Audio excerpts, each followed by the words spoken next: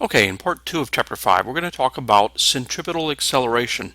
Centripetal acceleration is nothing other than the acceleration you experience while undergoing uniform circular motion.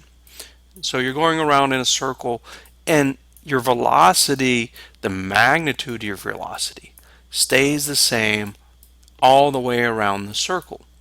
But your velocity is changing, and all you have to see that your velocity is changing is look up here to say, hey, wait, at one point my velocity is like this, v1, and then another point in time it's like that.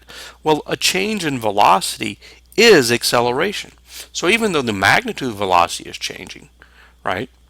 Even though the magnitude of the velocity is not changing, there is a change in velocity. So the centripetal acceleration we call the change in velocity over time when we're going through uniform circular motion. Well, what does this look like?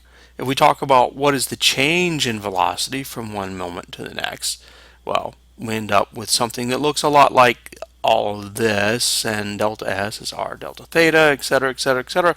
Okay, let's get down to the end of the story.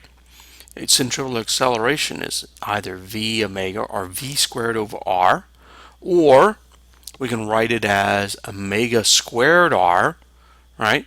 So this is the end of this is where we're getting to in the end. Centripetal acceleration, when we're going around in circle with uniform angular velocity, which means our linear velocity has constant magnitude, going around a circle, the acceleration we're experiencing, the centripetal acceleration, is v squared over r, or we can write that as omega squared r. And that's the centripetal acceleration as we go around in a uniform circle. Because of Newton's second law, we can talk about then the centripetal force, right? Since force is just F equals ma, right? Force is just F equals ma. Well, our A in this case is V squared over R.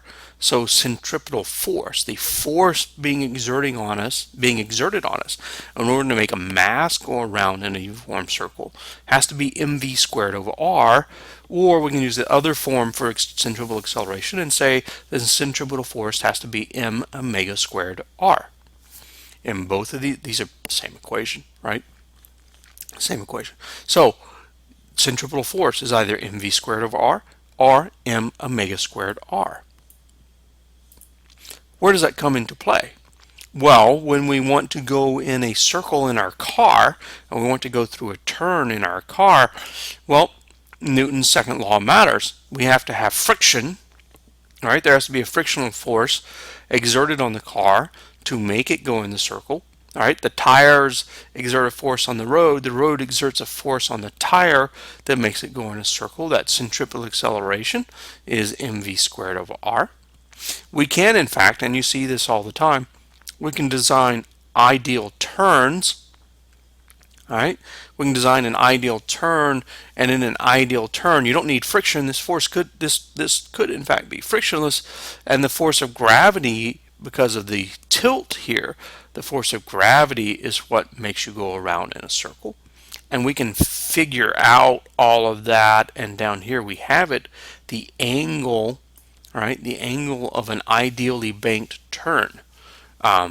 So when you see a banked turn like this, there is a velocity that is perfect for that turn, that you don't need your tires to be grippy at all.